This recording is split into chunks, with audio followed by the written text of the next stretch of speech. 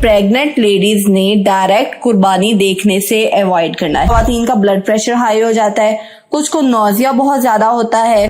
बिस्मिल्लाहिर्रहमानिर्रहीम, welcome to my YouTube channel. This is me doctor Abira Ali, gynaecologist. आज आपके लिए जो टॉपिक लेके आई हूँ वो है ईद कुर्बान के बारे में। जैसे कि आप सबको पता है कि पाकिस्तान में और पूरी दुनिया में ईद उल अजहा आने वाली है और ऐसे में प्रेग्नेंट लेडीज को चाहिए कि ईद के मौके से भरपूर फायदा उठाएं और गोश्त और कलेजी को उस तरह से खाएं जो कि उनके लिए ज्यादा फायदेमंद है। और आपको ईद उल अजहा पे कौन कौन सी प्रिकॉशंस करनी है, इन्हीं के बारे में आज बात करेंगे। वीडियो कंप्लीट देखिएगा। अगर आप मेरे चैनल पर नए हैं तो चैनल को लाजमी सब्सक्राइब कीजिएगा, बेल आइकन को प्रेस करना हरगिज नहीं भूलिएगा ताकि आपको मेरी मजीद इंफॉर्मेटिव वीडियोस का नोटिफिकेशन मिलता रहे। तो सबसे पहले कुछ प्रिकॉशंस। पहली प्रिकॉशन ये है कि प्रेग्नेंट लेडीज ने डायरेक्ट कुर्बानी देखने से अवॉइड करना है, क्योंकि हमल में हार्मोन्स का भी कुछ इफेक्ट होता है।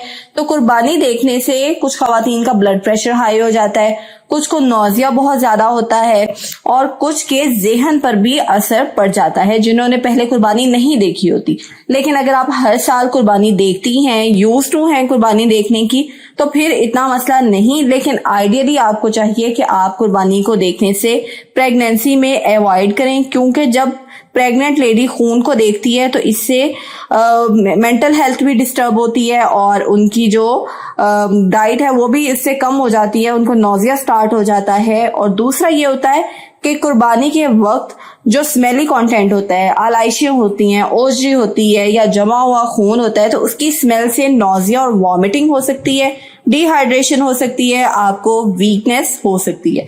तो कोशिश करें कि जहां कुर्बानी हो रही हो, अगर आपके अपने ही घर में कुर्बानी हो रही है तो फिर घर के किसी ऐसे कमरे में चली जाएं जहां पर आपको इसकी स्मेल भी ना आए और आपको सामने से कुर्बानी नजर भी ना आए। तो ये तो एक बात हो गई। आपको पता है कि ईद कुर्बान का जो मेन पार्ट होता है वो होती ही कुर्बानी है। तो आप कुर्बानी में और तरीके से पार्टिसिपेट कर सकती हैं। आप अपने घर वालों को खाना पका कर दे सकती हैं और इनडायरेक्टली आप हेल्प कर सकती हैं, क्योंकि ये जो कुर्बानी होती है ये एक सुन्नत इब्राहिमी है जो कि तमाम मुसलमानों के लिए बहुत जरूरी है। तो इसमें फायदे भी बहुत ज्यादा होते हैं और नो डाउट प्रेग्नेंट लेडीज को इसके साथ बहुत फायदा होता है, क्योंकि ईद कुर्बान के मौके पे हर घर में ही काफी गोश्त मौजूद होता है। और गोश्त जो होता है बेसिकली इसमें प्रोटीन बहुत अच्छी अमाउंट में मौजूद होता है और प्रोटीन हमारी बॉडी का बिल्डिंग ब्लॉक है और हमारी सारी नशोनुमा जो होती है वो प्रोटीन से होती है। और अगर आप चाहती हैं कि आपके बेबी की भी ग्रोथ अच्छी हो तो आपको अच्छी अमाउंट में प्रोटीन वाली डाइट लेनी चाहिए। तो ईद पे वाफर मिकदार में गोश्त मौजूद होता है तो आपको प्रोटीन का एक बहुत अच्छा सोर्स मिल जाता है। लेकिन आपने ख्याल इस बात का रखना है कि आपने मीट को प्रॉपरली कुक करना है। ऐसा ना हो कि ये जो गोश्त है ये आधा कच्चा और आधा पका हुआ हो, प्रॉपर तरीके से ये गला हुआ ना हो। तो अगर आप प्रेशर कुकर में पका रही हैं तो जो मटन होता है वो तकरीबन 18 से 20 मिनट लेता है गलने में, और अगर आप बीफ पका रही हैं तो कुकर में ये 25 to 30 मिनट्स के अंदर गल जाता है। तो आपने इस बात का ख्याल रखना है। अगर आप कुकर नहीं भी यूज कर रही तो भी आपको आइडिया हो जाता है कि कब आपका जो खाना है ये प्रॉपर तरीके से पक गया है और ये गोश्त प्रॉपर तरीके से गल गया है।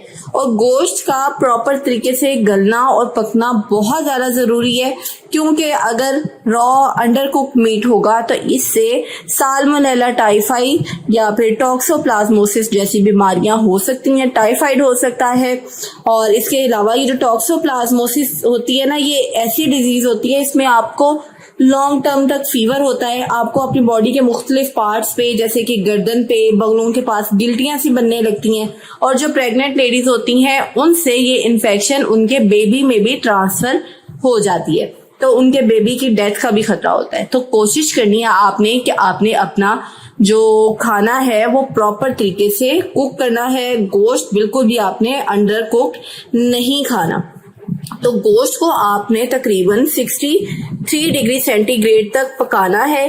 पहले पकाते जाएं, जब 63 डिग्री सेंटीग्रेड टेम्परेचर अचीव हो जाए तो फिर 3 मिनट तक आप इसको इसी टेम्परेचर पे पकाएं और जो कीमा होता है उसको ज्यादा हाई टेम्परेचर चाहिए होता है, उसको 71 डिग्री सेंटीग्रेड तक आपने कुक करना है। अब आपने इस बात का ख्याल रखना है, बेशक गोश्त के बहुत ज्यादा फायदे हैं, लेकिन गोश्त भी आपने एक्सेसिव अमाउंट में नहीं खाना। एक्सेसिव अमाउंट में जब आप खाती हैं तो इससे हार्ट अटैक का भी खतरा होता है। और आपने एक डाइट स्केड्यूल बनाना है और उसमें वेजिटेबल्स भी शामिल होनी चाहिए, दालें भी हों और उसमें गोश्त का भी एक पोर्शन मौजूद हो। तो आपने दिन फिक्स कर लेने हैं कि ये हफ्ते में 2 दिन आपके गोश्त वाले खाने के हैं, तो उसमें आप गोश्त का इस्तेमाल कर सकती हैं। तो एक लिमिट में रहते हुए आपने गोश्त का इस्तेमाल करना है। और अब एक बहुत इंपॉर्टेंट बात वो है कलेजी के बारे में। जैसे कि आपको पता है कि जब कुर्बानी होती है बकरे की या गाय की तो कलेजी हर घर में अवेलेबल होती है और इस कलेजी के फायदे भी बहुत ज्यादा होते हैं। इसमें बहुत ज्यादा अच्छी मिकदार में आयरन मौजूद होता है, तो हर प्रेग्नेंट लेडी में आयरन की कमी होती है, तो इसलिए आयरन का अच्छा सोर्स होता है ये कलेजी। लेकिन इसमें विटामिन ए भी मौजूद होता है। विटामिन ए रेटिनोल के फॉर्म में मौजूद होता है और प्रेग्नेंट लेडीज के लिए एक्सेसिव अमाउंट में विटामिन ए अच्छा नहीं है। अगर मुनासिब मिकदार में आप लेते हैं विटामिन ए तो ये बच्चे के दिमाग की ग्रोथ के लिए, उसके आसाब की, उसकी नजर की ग्रोथ के लिए बहुत अच्छा है। लेकिन विटामिन ए की एक्सेस से बच्चे में डिफेक्ट्स, बर्थ डिफेक्ट्स पैदा होते हैं, तो आपने लिवर की बहुत ज्यादा इनटेक नहीं करनी। एक मुनासिब मिकदार में आपने लिवर को लेना है। जो ऑर्गन मीट्स होते हैं ना, चाहे वो गुर्दे हैं, दिल है या जिगर है, आपने इसको एक्सेसिव अमाउंट में नहीं यूज करना। तो 65 से 75 ग्राम्स डेली का आपने कलेजी ले सकते हैं। उसको आप मसाले वाली भी बना सकते हैं, सॉसेजेस की फॉर्म में भी बना सकते हैं, आप उसको स्पाइसेस के साथ मैरिनेट करके फ्राई कर सकते हैं।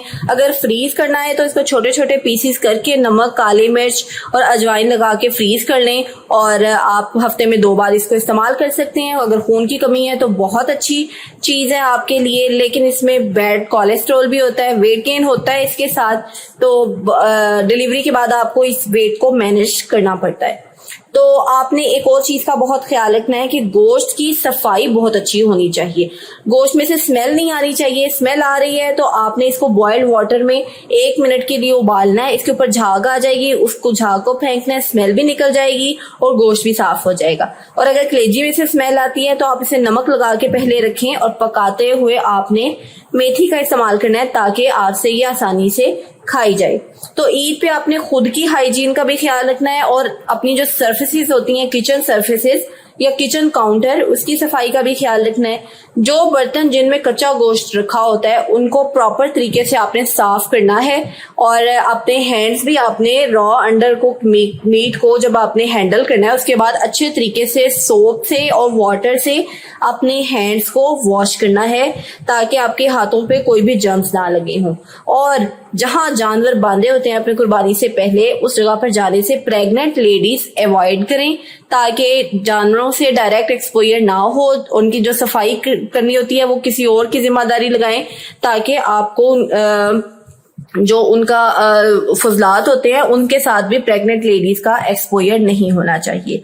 तो एनिमल्स का एक्सपोजर प्रेग्नेंट लेडीज ने अवॉइड करना है। ऑर्गन मीट, गुर्दे, कलेजी, दिल और रेड मीट को बहुत मुनासिब मिकदार में खाना है, क्योंकि कुछ खवातीन ऐसी होती हैं जिनमें यूरिक एसिड का मसला होता है, गाउट का मसला होता है, तो ज्यादा गोश्त खाने से उनमें यूरिक एसिड का मसला ज्यादा हो जाता है। तो ऐसे लोग जिनको यूरिक एसिड का मसला है वो सब्जियां, फल, होल ग्रेन्स और लो फैट डेयरी का इस्तेमाल करें। नमक भी कम आपने इस्तेमाल करना है गोश्त में, क्योंकि अगर आप साल्ट भी ज्यादा यूज करते हैं तो इसके साथ आपका जो ब्लड प्रेशर है वो हाई हो जाता है।